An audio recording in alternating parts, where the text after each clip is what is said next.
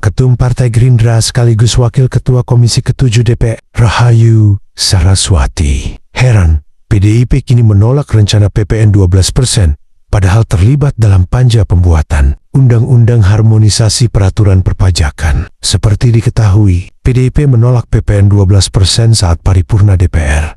Tak hanya itu, di berbagai kesempatan juga, PDIP menyampaikan kritikan dan penolakan terhadap PPN 12%. Itulah kenapa saya heran saat ada kader PDIP berbicara di rapat paripurna, tiba-tiba menyampaikan pendapatnya tentang PPN 12%, kata Sarah kepada wartawan. Minggu 22 Desember tahun 2024. Sarah mengatakan sejumlah anggota DPR lainnya juga keheranan dengan penolakan PDIP. Sarah mempertanyakan mengapa PDIP baru kini menolak PPN 12%. Jujur saja, banyak dari kita saat itu hanya bisa senyum dan geleng-geleng ketawa. Dalam hati, hebat kali memang kawan ini bikin kontennya. Padahal mereka saat itu ketua panja undang-undang yang mengamanatkan kenaikan PPN 12% ini. Kalau menolak ya kenapa tidak waktu mereka ketua panjanya?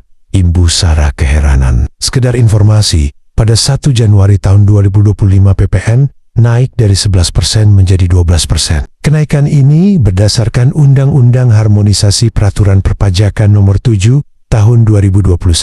Berdasarkan perintah undang-undang ini, kenaikan PPN terjadi 2 kali, yaitu pada tahun 2022 dari 10% menjadi 11%, dan pada tahun 2025 dari 11% menjadi 12%. Novita Wijayanti juga menyebut kenaikan PPN 12% yang akan diterapkan di Januari tahun 2025 berdasarkan Undang-Undang tentang Harmonisasi Peraturan Perpajakan HPP yang disahkan pada tahun 2021. Perlu diingat bahwa usulan undang-undang RET tersebut bukanlah hal yang datang tiba-tiba, melainkan bagian dari kebijakan yang telah disepakati melalui Undang-Undang Harmonisasi Peraturan Pajak HPP pada tahun 2021, yang pada waktu itu diusulkan oleh PDI Perjuangan sendiri. Kata Novita menghimbau seharusnya sejumlah pemangku kepentingan tidak melakukan playing victim dengan bersandiwara untuk mendapat simpati rakyat. Menurut Novita, sikap PDI Perjuangan yang menolak kenaikan PPN sebesar 12%, serta tudingan bahwa pemerintahan Prabowo Subianto, Gibran Rakabuming seolah tidak pro-rakyat, dianggapnya sebagai bentuk flying victim, yang sejatinya justru mereka PDI Perjuangan RET yang mengusulkan dan memutuskan. Sekarang seolah-olah melempar kesalahan kepada Pak Prabowo, di mana Pak Prabowo baru menjadi presiden baru 2 bulan, ketus Novita. Sebaliknya, sambung Novita, saat ini yang lebih penting adalah bagaimana secara bersama-sama mencari solusi untuk meringankan beban rakyat, sambil tetap menjaga keberlanjutan pembangunan ekonomi negara ke depannya.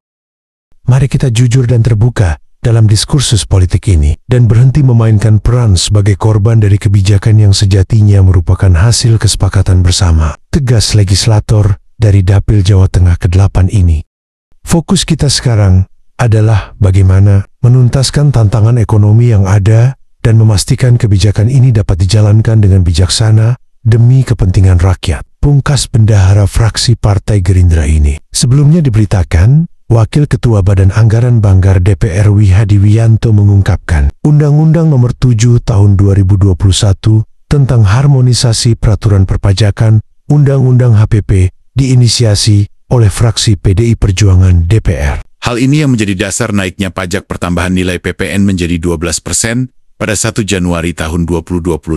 Sebagai informasi, Ketua Panitia Kerja Panja Rancangan Undang-Undang RUU HPP saat itu adalah Dolvi Adniel Frederick Palit, yang merupakan anggota fraksi PDIP.